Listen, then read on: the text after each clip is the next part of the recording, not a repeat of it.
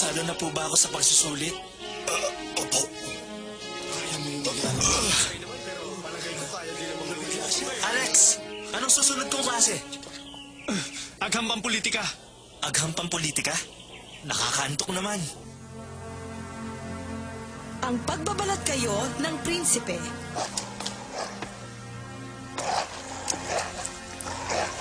Bakit kayo narito? Binabantayan ba ninyo ang aming aklatan?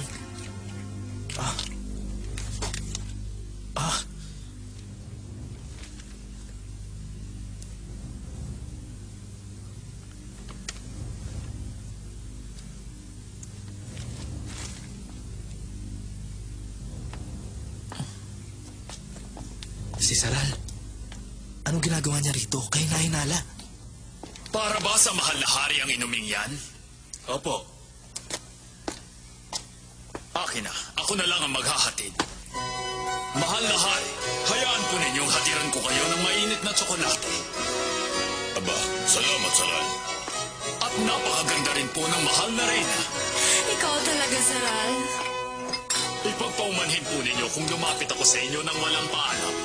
Gusto ko pong malaman ninyong isa ng magaling na eskrimador si Leonard. Ngunit pagdating po sa ibang signatura, nahuhuli po siya.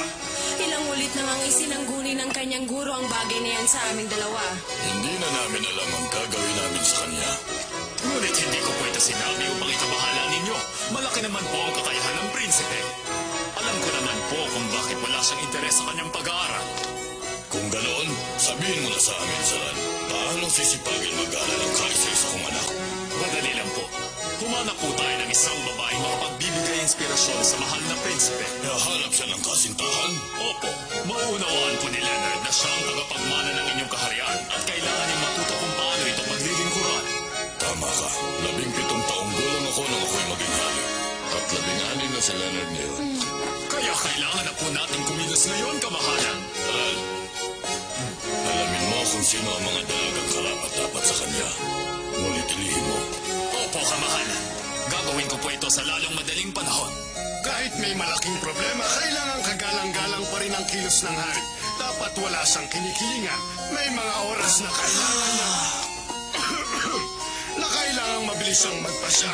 Kaya dapat alam niya ang mga batas na pagbabasihan niya ng kanyang magiging desisyon. Alex, hinahan mo kita. Leonard, huwag ngayon. Tinatanggihan mo ba ako? Tama na ang paglalaro niya ni Prinsipe Leonard. Hindi po ito ang tamang isang tulad ninyong magmamana sa ating kaharian.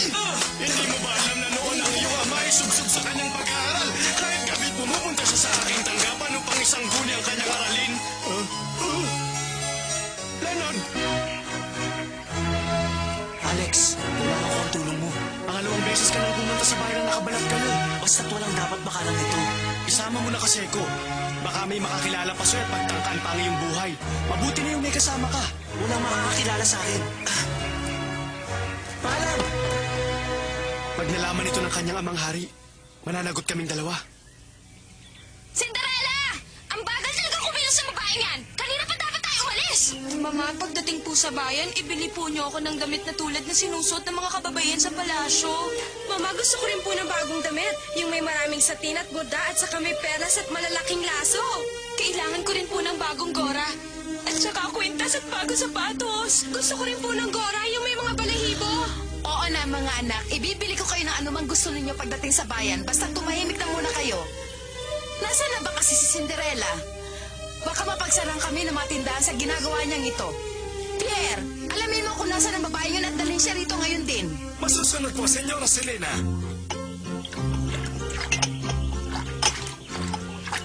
Malapit na ako matapos. Pumunta ba kayo lahat sa bayan? Oo, mamimili sila. Huli na ito. Wow!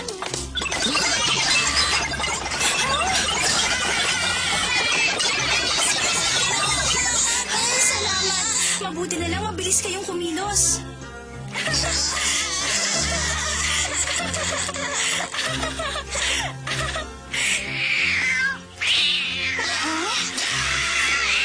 Tama na, Misha. Salbahe ka talaga.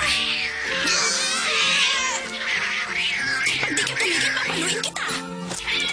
Lumabas ka rito. Senyorita, kanina pa po kayo hinihintay ni Senyora. Ganun po ba? Ngunit kailangan ko pa pong mag-ayos ng kaunti. Hindi na kailangan. Kahit sa damit ng tagapaglingkod, kayo po ang pinakamagandang dalaga na kilala ko, senyorita. Mapagbiro kang talaga, Pierre. Paumanhin po, Tia. Walang anuman, Cinderella. Ang ibig lang sabihin nito, wala na tayong panahon para bumili ng mga gamit para sa'yo. Maaari ka na sumakay. Opo. Mama, huwag niyo pong sabihing itatabi niyo siya sa amin. Tignan niyo po ang ayos na. Oo nga, nakakahiya. Hindi na kasi ako nakapagpalit. Anong pasya ninyong dalawa? Maiwan siya rito. Kung wala siya, sino magbubuhat ng mga pinamili natin? Kung ganon, sasama ka, Cinderella. Ngunit doon ka mauupo katabi ni Fair. Walang lugar para sa'yo rito. Dito po.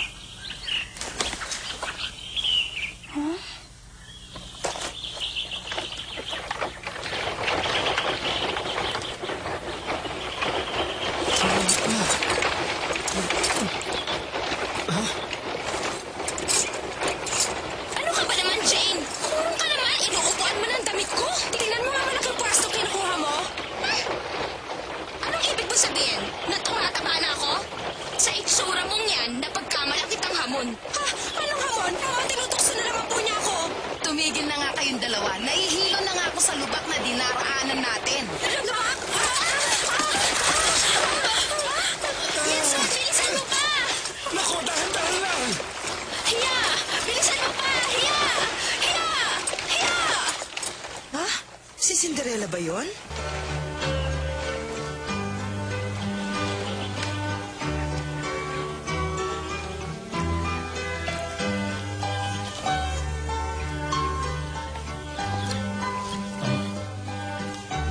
Balita ko, ipihikan daw sa pananamit si Prinsipe Leonard. Totoo ba yung sinasabi mo? Ay, naku. At meron daw siyang isang tagapaglingkod na ang tanging tungkulin ay siguraduhin hindi maaali ka mukha ng prinsipe. At isang beses lang niyang gamitin ang mga sapatos niya. Siya nga. Oo. Kung sa bagay, isa siyang prinsipe, marami siyang pambili ng sapatos niya.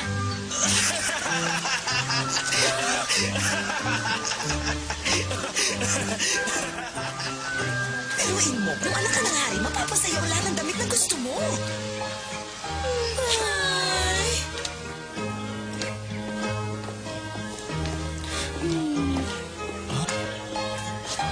Mama, yan ang tindahan tinutukoy ko. Sabi nila, dyan daw namimili ng mga damit ang pamilya ng mga hari. Gusto ko ng damit na may maraming laso. Oo, para itago ang malulusog mong hita. Baka sayang walang magkasya. Ha?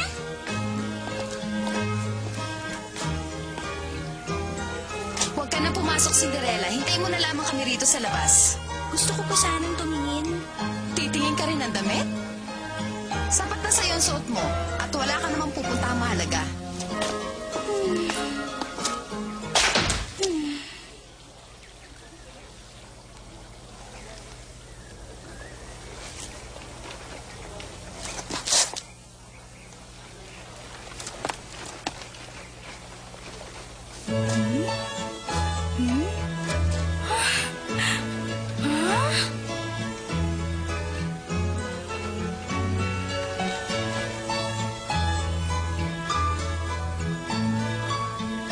Sariwang bulaklak, Bilibini. Gusto ko po sana, subalit wala akong pambili. Huh? Ganun ba? Bakit po naroon ang mga yon? May kaunting sira kaya itinapon ko na. Sayang naman po ang mga bulaklak. Akin na lang po. Ikaw ang bahala.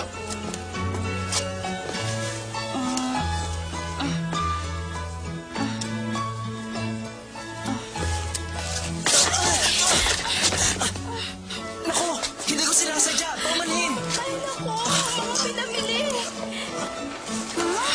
Teka, ikaw uli. Hindi ba ikaw yung nakita ko nung isang araw?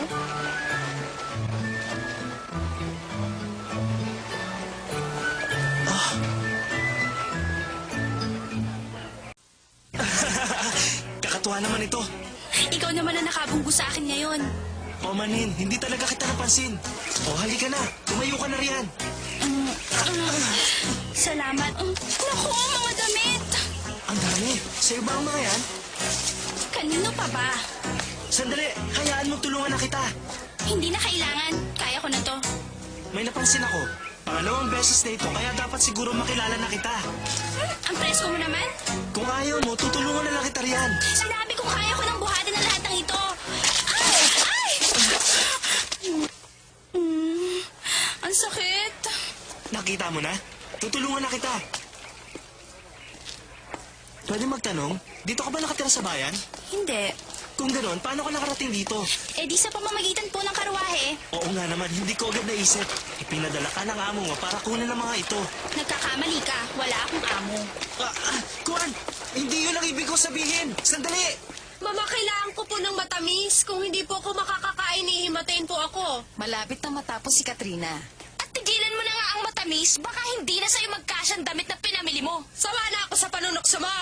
Jane, hanapin mo si Cinderella at sabihin mong malapit na tayong umalis. At huwag na huwag kang pupunta sa tindahan kung gusto mong kumain kayong dalawa ng hapunan.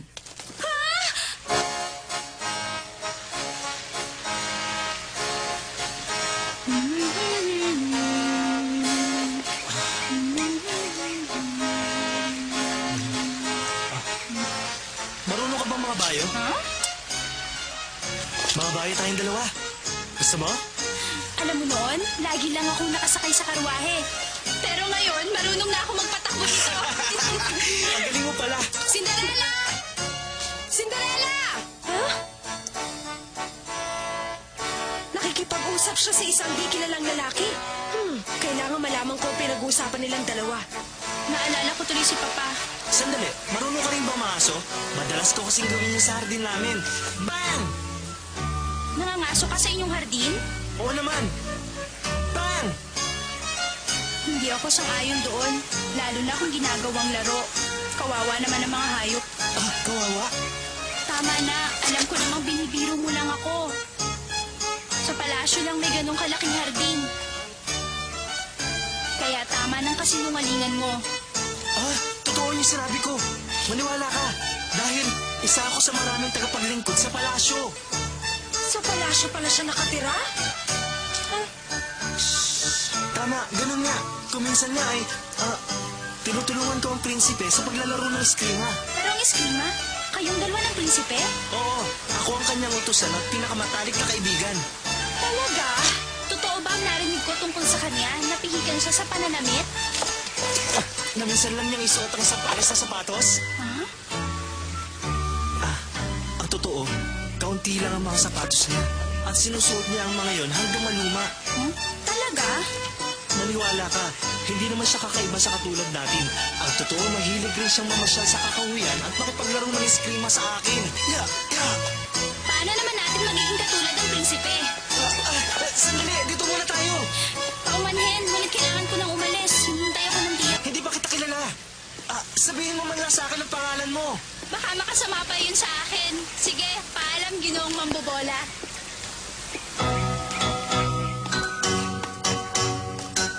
Paumanhin po, hindi ko po napansin ang oras. Sabi ni Jamie, kausap ka raw na isang lalaki. Isa lang pong binatang nakausap ko nung nakaraang pista. Oo nga pala, marami pa kami pupuntahan kaya pauunahin na kita. Iuwi mo na yung mga pinamili namin, maglakad ka na lang at dapat nakahanda ka na ng hapunan pagdating namin. Ha?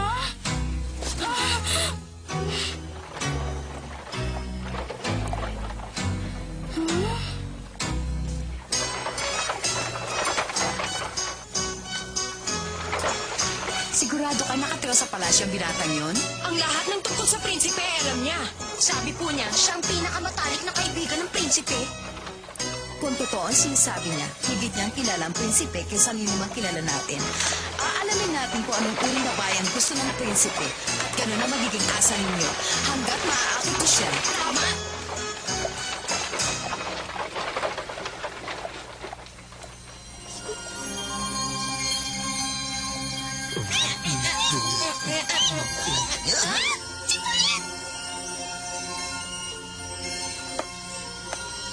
Kayo lang pala ang naiwan. Nagpunta silang lahat sa bayan. Salamat sa inyong tulong at malinis ang bahay.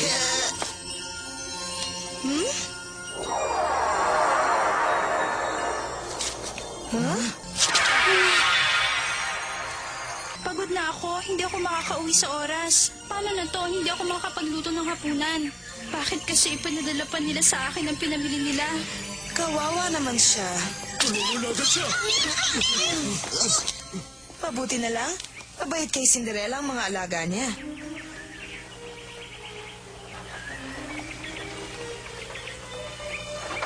Hindi lumaki ang kariton. Sinabi ko na nga bang hindi siya nakatira sa palasyo. Hindi ganyan ang ayos ng taga ron. Paano siya magiging... Pierre, sundan mo. Apo, senyora!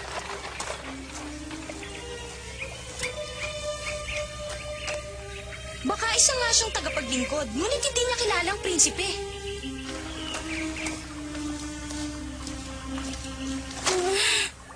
Hindi ko na kaya. Pagod na talaga ako.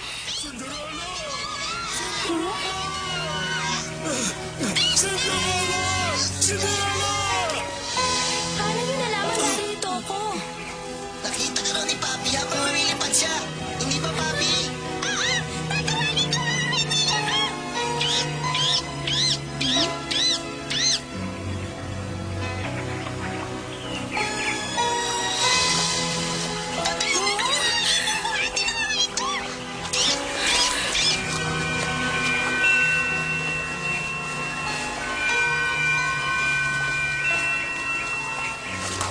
Salamat! Maraming salamat sa inyo! Talaga na kami sa inyo. Halika na, Cinderella!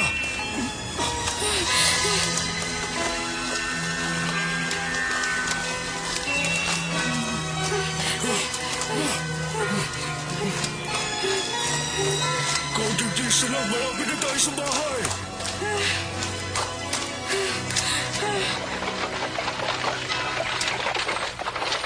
Anong palagay ninyo sa binata? Sa itsura niya, sa kwadra lang ng palasyo siya naglilingkod. Mali kayo, mga anak. Maganda ang damit niya, gawa sa mamahaling tela. Marahil totoo ang sinabi ng binata na malapit siya sa prinsipe. Ngunit paano siya nakilala ni Cinderella? Talaga ang babaeng yun. Pierre, bilisan mo.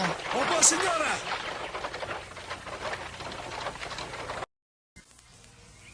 Maraming salamat sa tulong ninyo! Sige, magluto na tayo!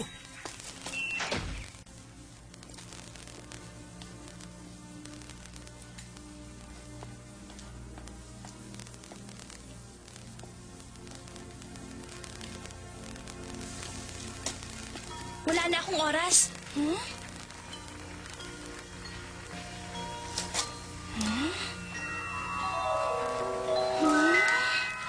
Tapos na?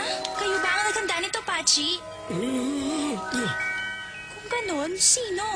Huwag mo na isipin yon. Ihanda mo na ang hapag bago sila dumating. Bilisan mo! Oo nga. Salamat.